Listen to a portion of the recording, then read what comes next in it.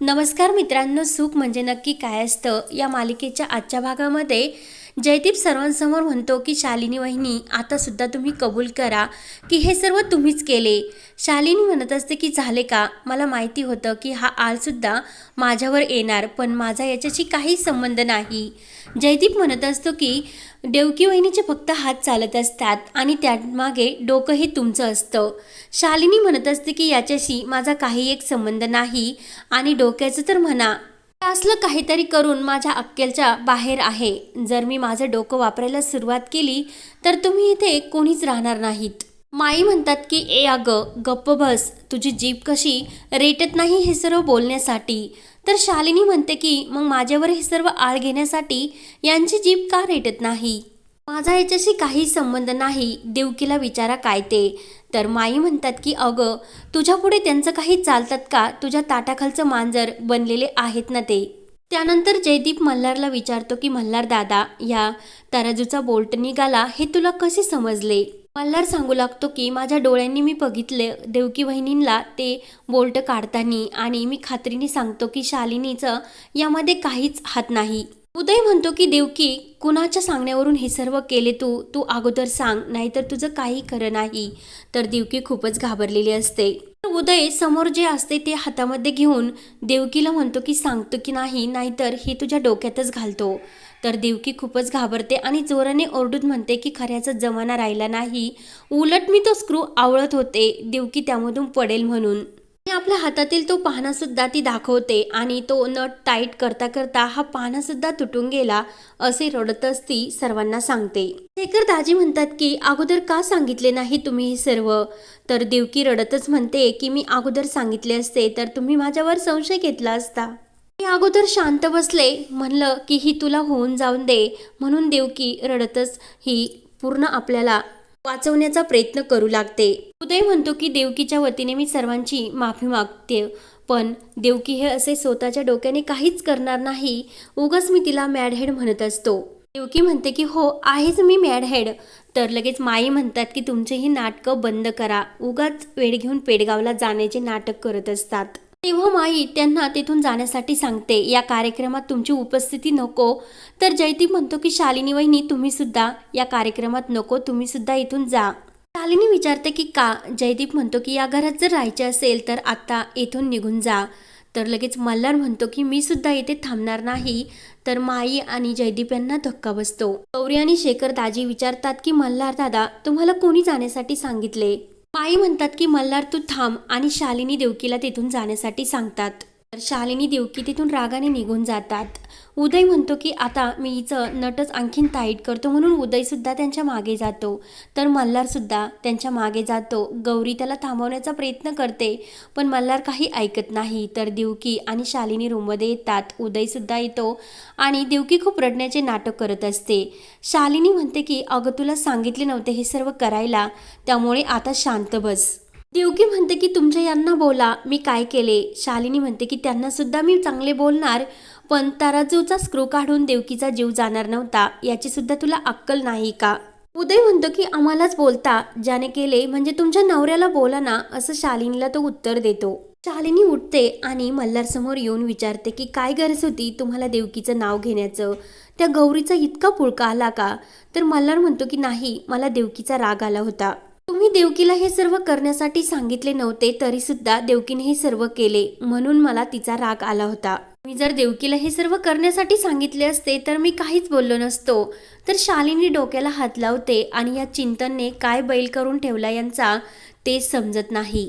पण ठीक आहे, आपल्यासाठी असाच बैल योग्य आहे, आणि आता त्यांना बेसावत करणे हे इतकं सुद्धा मुश्किल नाही. मग लगेच आपण आपला प्लॅन करून एक घाव आणि दोन तुकडे. त्यानंतर इकडे शेखरदाजी त्या तराजूचा स्क्रू असा मस्त आवळतात. लक्ष्मी धावतच येते आणि थँक गॉड अजून बीज तुला झाली नाही वाटतं, कारण मी खूप काही बिया आपल्या मुठीमध्ये गोळा करून आणल्याचे ती सांगते. आम्हा म्हणतात की एवढ्याशा चिमणीने खरंच आपल्या चोचीमध्ये किती बिया गोळा करून आणल्यात. तर लक्ष्मी खुश होते. आई म्हणतात की चला आता आपण तिची बीजतोलाचा कार्यक्रम करून घेऊयात, पण फक्त तिचे कौतुक करण्यासाठी तिचे दादा इथे पाहिजे होते. तर जयदीप म्हणतो की माई, हा माझ्या बायकोचा सोहळा आहे, त्यांच्या लेकीचं कौतुक नाही. जयदीप सांगू लागतो की माझी बायको आणि जी एक मैत्रीण म्हणून माझ्या आयुष्यात आली, खरं प्रेम काय असतं हे तिने मला शिकवले. तिच्या प्रेमाच्या सावलीमध्ये एक चांगला माणूस म्हणून काय असतं हे तिने मला शिकवलं. आणि आता तिच्या मायेची सावली ती लक्ष्मीला सुद्धा वाढवते. ती स्वतः एका झाडासारखी आहे. कायम आपल्या मायेची ती इतरांना सावली देत असते. म्हणून तिची बीजतुला करून तिच्या या बियातून जे उगवणारी झाडं तिचा वारसा चालवतील. त्यासाठी तिची ही बीजतुला करायची आणि ही एक निसर्गाची पूजाच आहे. त्यातून आपल्याला पुढचे अडथळे समजतील आणि ते दूर करण्यासाठी त्यावर काय उपाय हे सुद्धा आपल्याला समजतील, असे जयदीप सांगितल्यानंतर सर्वजण टाळ्या वाजवतात. त्यानंतर शेखरदाजी गौरीला तराजूत बसण्यासाठी सांगतात आणि जयदीप आणि शेखरदाजी त्या गौरीच्या वजना इतके बियांचे पोतं त्या तराजूत टाकू लागतात. तर लगेच लक्ष्मी म्हणते की थांबा आणि माझ्यातर्फे तिच्या हातातील जे मुठीतील बिया असतात त्यासुद्धा त्या पारड्यामध्ये टाकल्या जातात. गौरी खुश होते आणि कार्यक्रम सर्वजण आनंदाने पार पाडतात. त्यानंतर शालिनी ही चिंतन बाबाकडे आलेली असते. चिंतन बाबाला शालिनी त्यांच्याकडे आल्याने हसू येते आणि माझा तर तुला खूप रागवला आला होता, मग तू माझ्याकडे का आलीस, असे चिंतन बाबा शालिनीला विचारतो. शालिनी म्हणते की मी काही विचारण्यासाठी नाही आले, ज्याचे तुला पैसे दिले ते नेण्यासाठी मी आले. चिंतन म्हणतो की तुला जर पुढ्याच हव्या असत्या तर देवकीला सुद्धा पाठवू शकली असती, पण तुला माझी गरज आहे हे तू कबूल कर. शालिनी म्हणते की मला जर तुमची गरज असेल, तुम्हाला सुद्धा माझी गरज असेलच ना. चिंतन म्हणतो की मला तुझी काय गरज असणार. शालिनी म्हणते की मल्हारने जर तुमच्या पुड्या खाणं बंद केलं तर तुम्हाला तुमचा हा बाजाबोजा घेऊन येथून निघावे लागणार.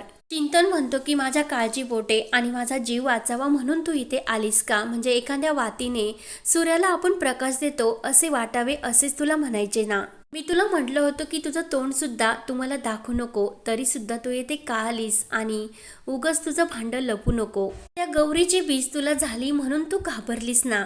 शालिनी म्हणते की मी घाबरले नाही, पण त्या पुड्या मला जयदीपला खाऊ घालायच्या आणि त्याला माझा गुलाम बनवायचे. तर चिंतन म्हणतो की त्या पुड्या जयदीपला घालून काही उपयोग नाही. शालिनी म्हणते की आता काही झाले तरी जयदीप वाचायला नको. तर चिंतन म्हणतो की आता तो तुझ्यासाठी नाही पण माझ्या स्वाभिमानासाठी मी त्याला मारणारच.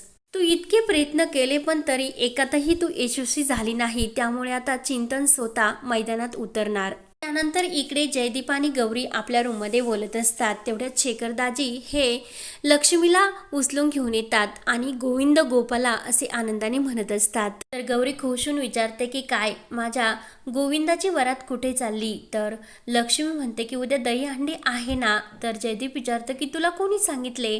लक्ष्मी म्हणते की शेखर मामानी आणि दहीहंडी उद्या आपल्या अंगणात होणार असे सांगते.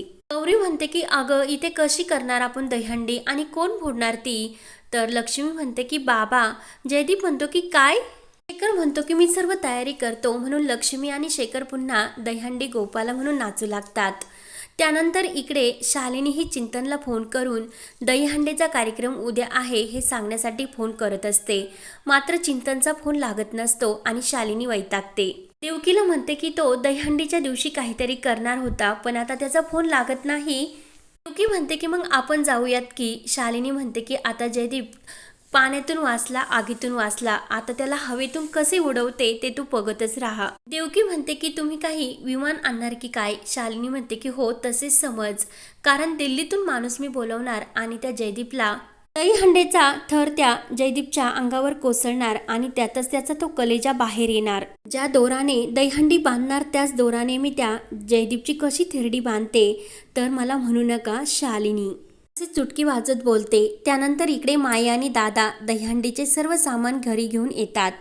तर मल्हार येतो आणि मल्हार म्हणतो की मला तुम्हाला एक विचारायचे होते, परवानगी घ्यायची होती. तर माई म्हणते की अरे कसली. तर मल्हार सांगू लागतो की माझे एक वस्तात गुरु आहे आणि ते खूप मोठे भले माणूस आहे. त्यांना आपल्या घरी राहण्यासाठी 2-3 दिवस परवानगी घ्यायला आलोत. ते आपल्या घरी आलेले चालतील का. तर दादा म्हणतात की हो, चांगल्या लोकांचे पाय आपल्या घराला लागले तर चांगलेच होईल. मग परवानगी कसली घेता, बोलवा त्यांना. शालिनी हे सर्व बघते आणि माईदादांबरोबर ह्यो काय बोलतो याचा विचार करते. तर माईदादा आतमध्ये जातात तर शालिनी धावतच मल्हारकडे येते आणि माईदादांबरोबर काय बोलत होतात असे विचारते. मल्हार म्हणतो की ते मी सांगू शकत नाही, कारण ते माझे वस्तात आणि गुरुबद्दल आहे. त्यांच्याशी माझं काय बोलणं होतं हे त्यांनी मला सांगण्यासाठी नाही लावले, तशी मला आज्ञा आहे. तर शालिनी म्हणते की मला सुद्धा नाही सांगणार का? तर मल्हार नाही बोलतो. मल्हार आतमध्ये निघून जातो. शालिनी विचार करते की ही कोणती आज्ञा आणि कोणत्या गुरुची, का सांगत नाही याच्या विचारात ती पडते. तर हा भाग येथेच संपतो. पुढील भागामध्ये दहीहंडीचा कार्यक्रम चालू असतो आणि एका मुलाच्या हातात सुरा असतो. तो जयदीप हाणणार तोच गौरी तो बघते आणि मोठ्याने जयदीप असे ओरडते. तर चैतन्य बाबा हा एका बाबाचे वेश घेऊन तेथे आलेला असतो आणि त्या मुलाला तो हातातून सुरा घेऊन तेथून दामडतो. तर गौरी हात जोडून चिंतन बाबाला म्हणते की बाबा, खरंच तुमचे खूप उपकार झाले. तर पुढे काय होणार आहे पाहण्यासाठी